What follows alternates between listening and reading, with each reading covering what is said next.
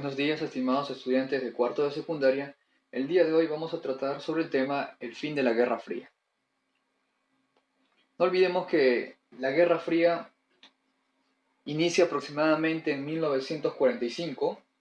¿Con qué hecho? ¿Qué hecho estaba ocurriendo en el mundo? Se estaba dando fin a la Segunda Guerra Mundial. Y la Guerra Fría acaba en el 91, después de la caída del Muro de Berlín. ¿Cuáles son las características de esta Guerra Fría? ¿Qué ocurría en el mundo? Primero, no olvidemos que había una gran rivalidad entre los Estados Unidos y los soviéticos, la URSS. Habían dos sistemas político y económico, ¿ya? ¿Cuál era? El capitalismo en el caso de Estados Unidos y el sistema de mercado cerrado, que es el comunista. ¿Por qué se decía que el mundo era bipolar?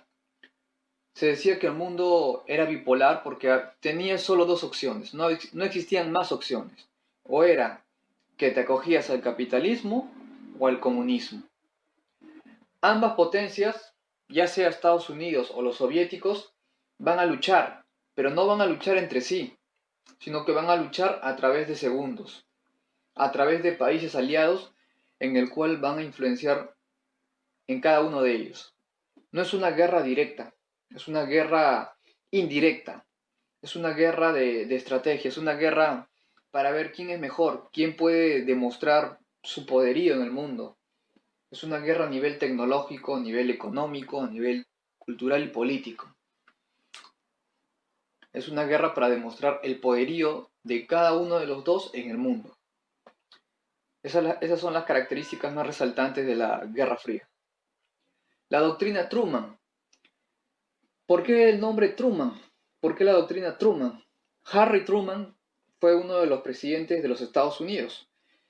¿Qué creía? ¿Qué pensaba Harry Truman?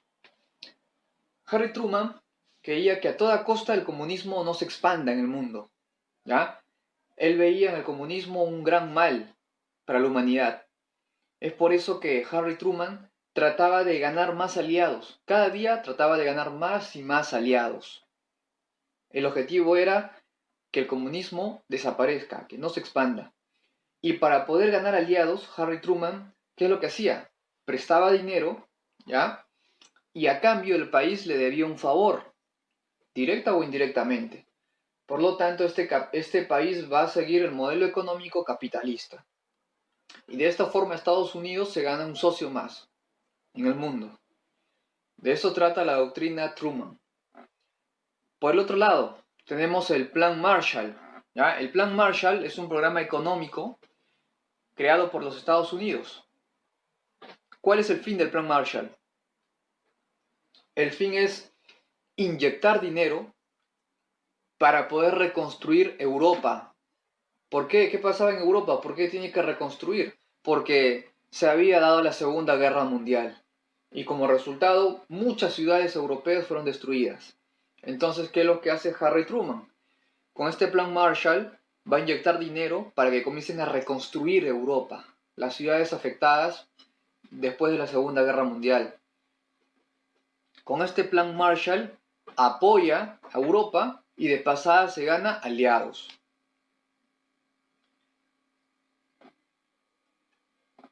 Van a haber varios países en Europa, sobre todo Europa Occidental, que se van a beneficiar del Plan Marshall. El Plan Marshall es un plan de ayuda económica. Sabemos que cada potencia representaba una economía distinta y un sistema político totalmente opuesto. Por ejemplo, los Estados Unidos a nivel económico tenían una economía capitalista. La URSS tenía una economía comunista o de mercado cerrado. En la parte política, Estados Unidos tenía un gobierno democrático. Por el otro lado, la URSS tenía un gobierno totalitario. Y cada relación entre los soviéticos y los estadounidenses era distinta, eran opuestos, no había buenas relaciones que digamos. Después de la Segunda Guerra Mundial, en la que la URSS era aliado de Estados Unidos, las relaciones diplomáticas cada vez fueron decayendo, cada vez había menos relaciones diplomáticas. Cada vez entre la URSS y los Estados Unidos, la situación diplomática iba mal. Es por eso que se van a crear dos bloques, ¿ya? Dos bloques militares. Uno va a ser la OTAN y el otro va a ser el Pacto de Varsovia. La OTAN va a ser creada por Estados Unidos. Ya es un bloque militar creado por Estados Unidos. ¿Qué es OTAN? Organización del Tratado Atlántico Norte. La OTAN es dirigida y creada por Estados Unidos. Por el otro lado, el opuesto, el Pacto de Varsovia. El Pacto de Varsovia es creado por la URSS. Solo la URSS y países de Europa del Este. Por el lado estadounidense, la OTAN. La OTAN es fundada por Estados Unidos, pero también tiene otros aliados. ¿Cuáles son? Canadá, ¿ya? Y algunos países de Europa Occidental. Y hay un tercer bloque, pero es un bloque neutral. El tercer bloque se llama los países no alineados. ¿Qué significa eso? Que no están de parte ni del Pacto de Varsovia, ni tampoco apoyan a la OTAN. O sea, no están en ninguno de los dos. Es un bloque neutral. No apoya ni a uno ni al otro. ¿Qué es lo que buscan estos países no alineados? Buscan la paz, buscan evitar la guerra. Por lo tanto, si ellos apoyaban a la OTAN o al Pacto de Varsovia, estaban promoviendo la guerra.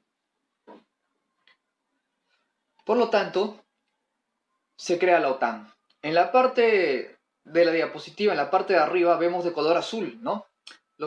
Varios países de Europa, pero que están coloreados de azul. Estos países de Europa de color azul representan a los países miembros de la OTAN. Mientras que en la parte de abajo, de color rojo, ¿ya? Son los países miembros del Pacto de Varsovia. O sea, la URSS, la parte roja, y Estados Unidos, la parte azul.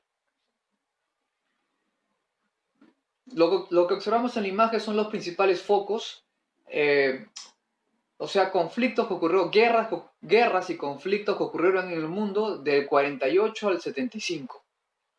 Por ejemplo, tenemos en Hungría, en Berlín, en Checoslovaquia, en Cuba, en Grecia, en Vietnam, en Turquía y en Corea. Son diversos problemas que ocurrió en el mundo, en el contexto de la Guerra Fría. El muro de Berlín es muy importante para poder explicar cómo la URSS ya estaba en la fase final de vida, ¿ya? Recordemos el tema pasado, que el muro de Berlín fue creado para separar la Alemania, la República Democrática de Alemania, la RDA, de la RFA, que era el otro lado de tendencia capitalista. O sea, los comunistas trataron de separar una parte de Alemania para que su población no se escape, para tenerlos retenidos ahí. ¿Ya? Si no, ¿qué pasaba? Si los soviéticos no hubieran creado en Alemania el muro de Berlín, los de la RDA, o sea, de la parte de su Alemania, se escapaban a la otra, porque la situación en la Alemania soviética era pésima. La economía no era una economía de mercado abierto, sino era una economía muy cerrada, ¿ya? Mientras que la economía en la República Federal de Alemania, en la RFA, era muy buena, la economía en la RDA era mala. La gente se quería ir por ese motivo y por su familia, ya que lo extrañaba. Hasta el año de 1989 tuvo vigencia el muro de Berlín. Luego de este año el muro comenzó a decaer, ¿ya?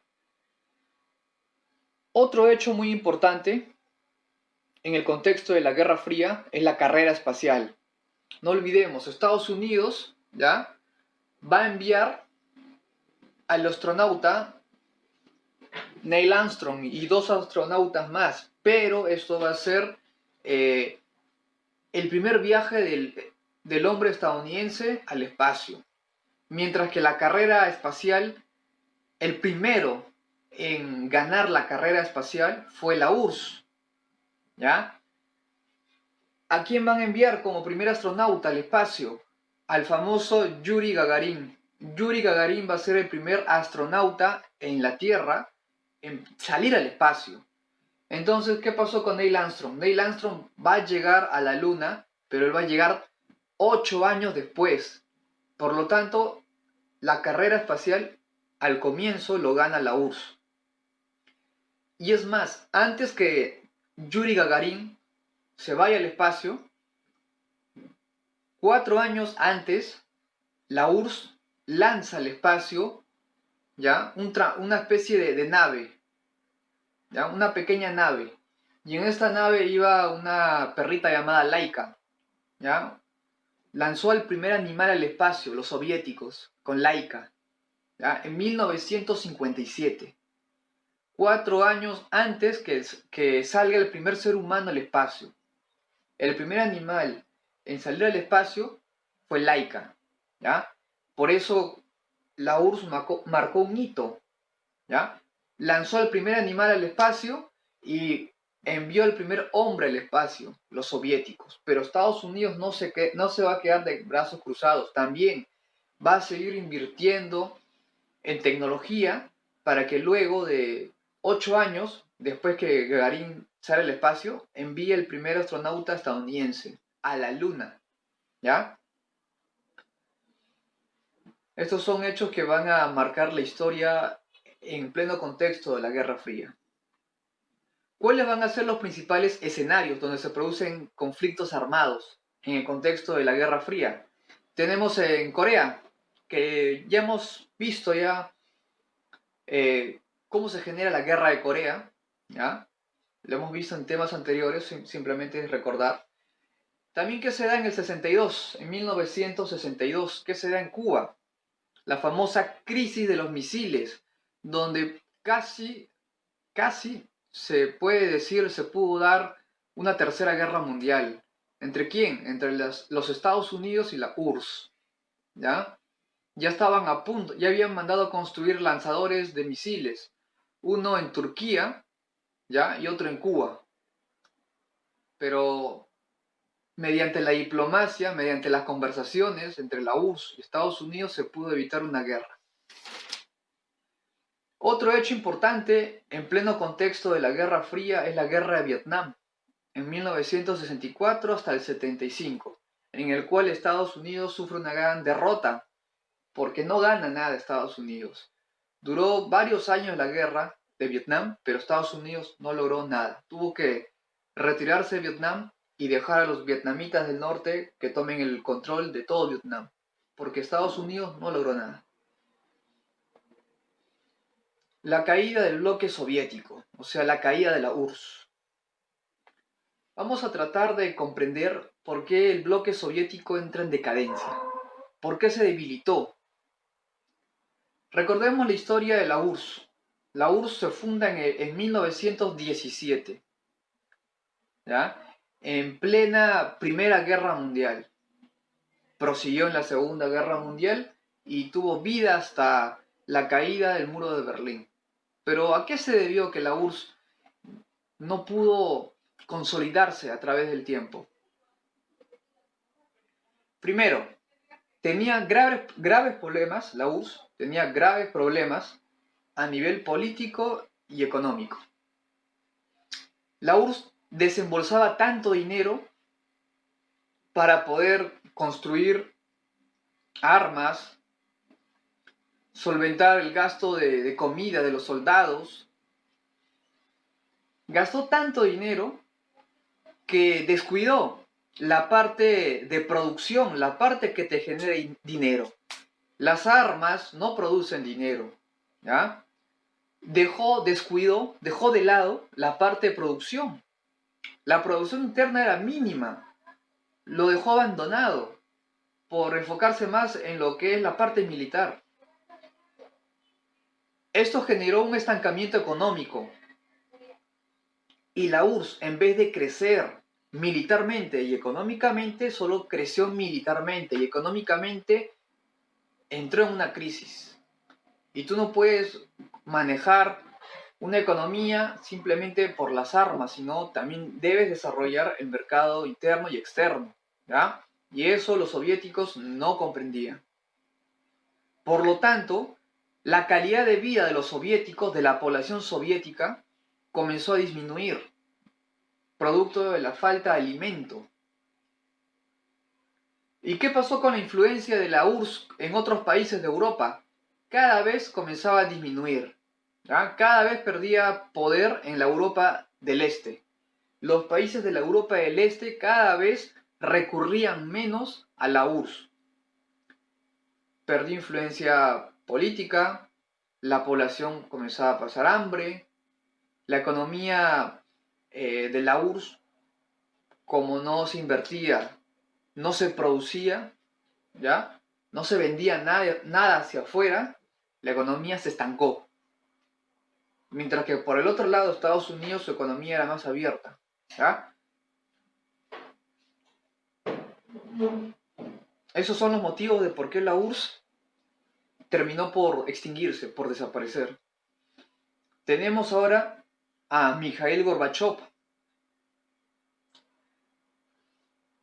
Ejerció su poder de 1985 al 91, 6 años estuvo en el poder. En 1985 Gorbachev va a ser elegido como secretario general del Partido Comunista, ya como un representante de la URSS. Cuando él asume el poder, Gorbachev, la URSS se encontraba en el peor momento de su historia. Había mucha crisis económica, gran crisis económica y política. El país estaba mal, ¿ya? La URSS estaba mal. Y él llega en ese contexto a tomar el poder de la URSS.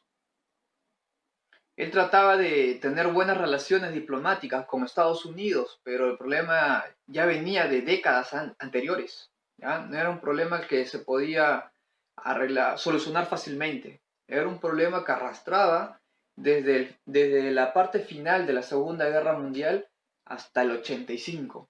Todos esos años, las relaciones diplomáticas de la URSS y de Estados Unidos era mala. Es por eso que Mikhail Gorbachev, para tratar de darle un respiro a la URSS y tratar de levantar su economía porque estaba por los suelos, aplica dos grandes reformas en la URSS, el secretario general del Partido Comunista. ¿Cuáles van a ser sus dos reformas? Para tratar de darle oxígeno a la URSS. La primera va a ser la perestroika, ¿ya? La perestroika se divide en dos aspectos, en la reforma económica y en la reforma política. ¿Qué trata de hacer Gorbachev económicamente en la perestroika? Va a tratar de cambiar la economía básica, ¿ya? ¿Cuál es la economía básica que tenía como modelo la URSS? Una economía muy cerrada, una economía de mercado cerrado, o sea, comercio pero a nivel interno. Cuando tú comercias a nivel interno no generas la cantidad suficiente de dinero para poder, para que tu economía siga en constante equilibrio, ¿ya?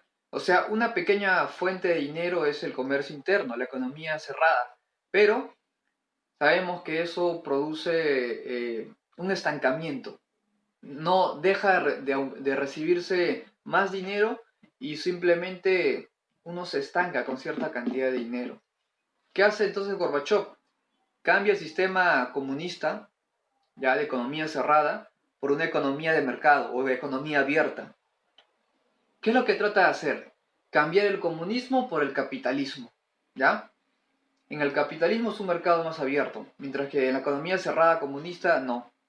Él hizo un cambio del comunismo al capitalismo, aunque ya era muy tarde, ¿ya?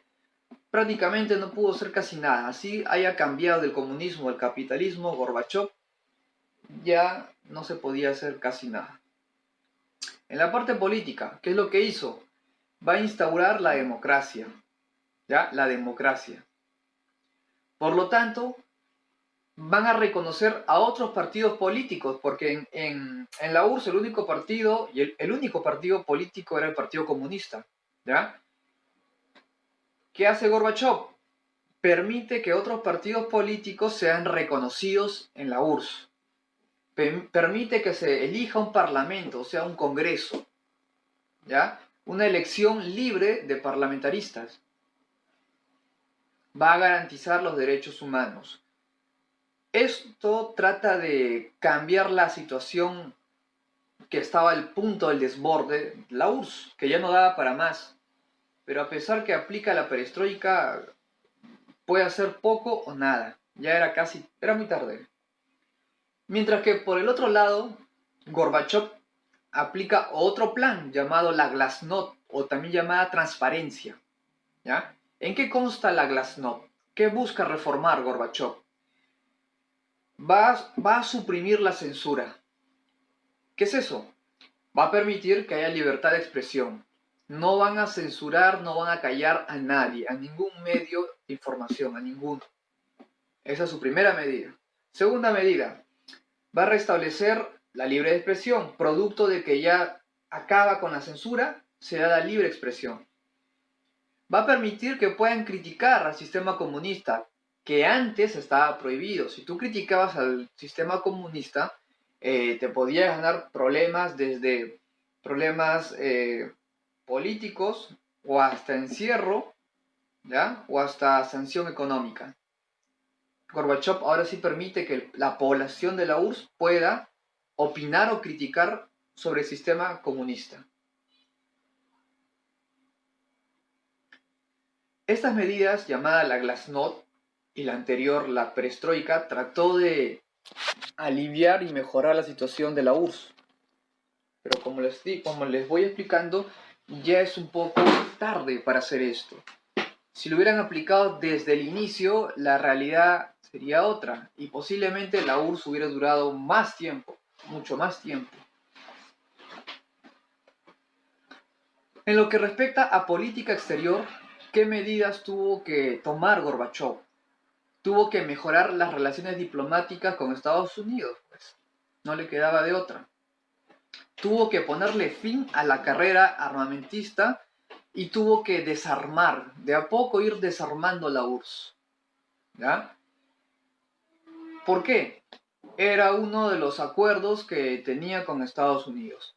Ponerle fin a la carrera armamentista porque esto generaba un gran gasto. No solo acuerdo con Estados Unidos, sino lo hacía para tratar de ahorrar dinero. Porque mantener armamento, pagar comida para los soldados y todo lo que él empleaba, petróleo por ejemplo, era un gran gasto para la URSS. Y la URSS ya estaba asfixiada económicamente. Y es por este motivo que Gorbachev le da fin, ¿ya?, a la carrera armamentista, para ahorrar dinero que ya no había, se estaba agotando. Otra medida que toma Gorbachev es disminuir la influencia que tienen otros países que forman parte de la URSS. En pocas palabras, ¿qué trata de hacer Gorbachev? Trata de darle cierta libertad a los países que formaban parte de la URSS, ¿ya? Le estaba dando autonomía a los países y los países de la URSS buscaban su independencia. Los países de la URSS ya no querían ser miembros de la URSS, querían cada uno dispersarse y ser autónomo, ya no ser dirigido por Rusia, porque la URSS, el país más grande y el país que dirige la URSS es Rusia, pues. Es por este motivo que Gorbachev y Ronald Reagan, presidente de los Estados Unidos, se reúnen para llegar a un acuerdo. La caída del muro de Berlín es uno de los hechos más importantes, el cual nos está dando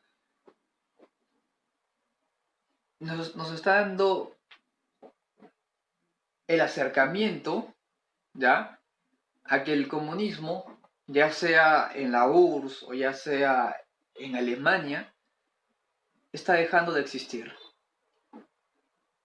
¿Por qué se produce la caída del muro de Berlín? Porque las Alemanias no podían ni debían estar separadas. No es lógico que un país sea dividido en dos. No tiene sentido. Eso atenta contra todos los derechos. Y como tal, la Alemania democrática, la República Democrática de Alemania, busca unirse a la otra Alemania. Una serie de protestas, marchas, hubieron muertes en el muro de Berlín, cuando las personas querían pasar a la otra Alemania. Todo esto va a llevar como resultado que los países miembros, los países vencedores en la Segunda Guerra Mundial, ¿ya?, conversen con el gobierno soviético para ponerle fin al muro, para que las dos Alemanias sean una. Es por eso que en el año de 1990 se produce la unificación de Alemania. Ya no había ningún muro y ya no tenía sentido de ser que existan dos Alemanias.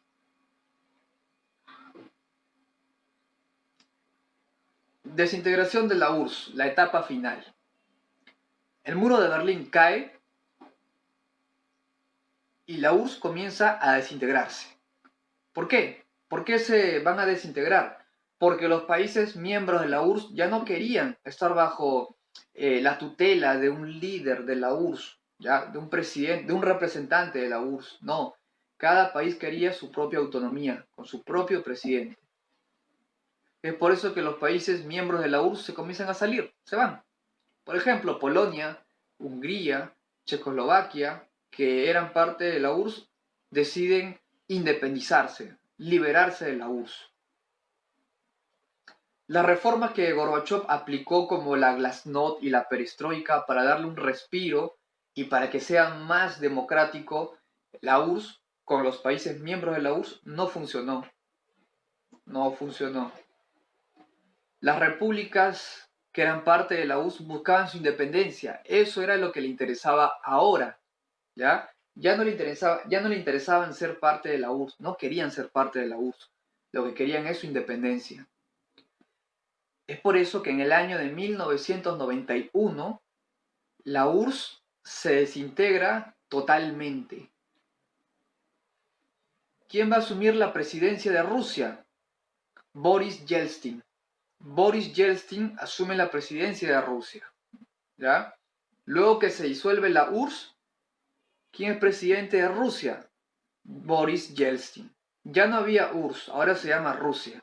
Y los países miembros de la URSS ahora son países autónomos independientes.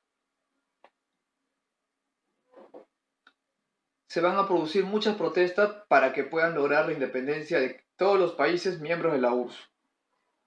En Polonia se producen manifestaciones. Esto es antes que la URSS desaparezca. En Rumanía también se producen grandes movilizaciones. En Hungría también. En Checoslovaquia también hay grandes movilizaciones de la población para que Checoslovaquia logre su independencia y se libere de la URSS. ¿Qué ocurre? En el año 91, al presidente de Rusia tratan de darle un golpe de Estado, ¿ya?, a Boris Yeltsin. Es por eso que Boris Yeltsin se sube a un tanque. Podemos apreciar una imagen real, una foto real, donde se ve a Boris Yeltsin encima de un tanque, rodeado por su seguridad y los periodistas, ¿ya? ¿Qué es lo que pasó? Un grupo que era miembro de la URSS trata de darle un golpe de Estado, ¿ya? En la siguiente imagen vemos cómo Boris Yeltsin le llama la atención, le increpa a Gorbachev, le dice, ¿cómo es posible? Eso lo dice en plena conferencia de prensa. Y en la imagen podemos observar cómo Boris Yeltsin le señala con el dedo a Gorbachev, en el cual le dice, ¿cómo es posible que los miembros del Partido Comunista hayan querido darme un golpe de Estado? Y esos grupos, o ese grupo que le quiso dar un golpe de Estado, eran altos comandos o altos miembros del Partido Comunista, ¿ya? Y esos altos mandos del Partido Comunista eran parte de la URSS, pues, pero la URSS ya no existía. La URSS había acabado hace un par de semanas o meses. Pero los altos mandos de la URSS no querían, ¿ya? No lo querían a Yeltsin como presidente. Y es por eso que le reclama a Gorbachev, ¿cómo es posible que los mismos miembros del Partido Comunista me hayan querido dar un golpe de Estado? ¿Cuáles son las consecuencias de la caída de la URSS?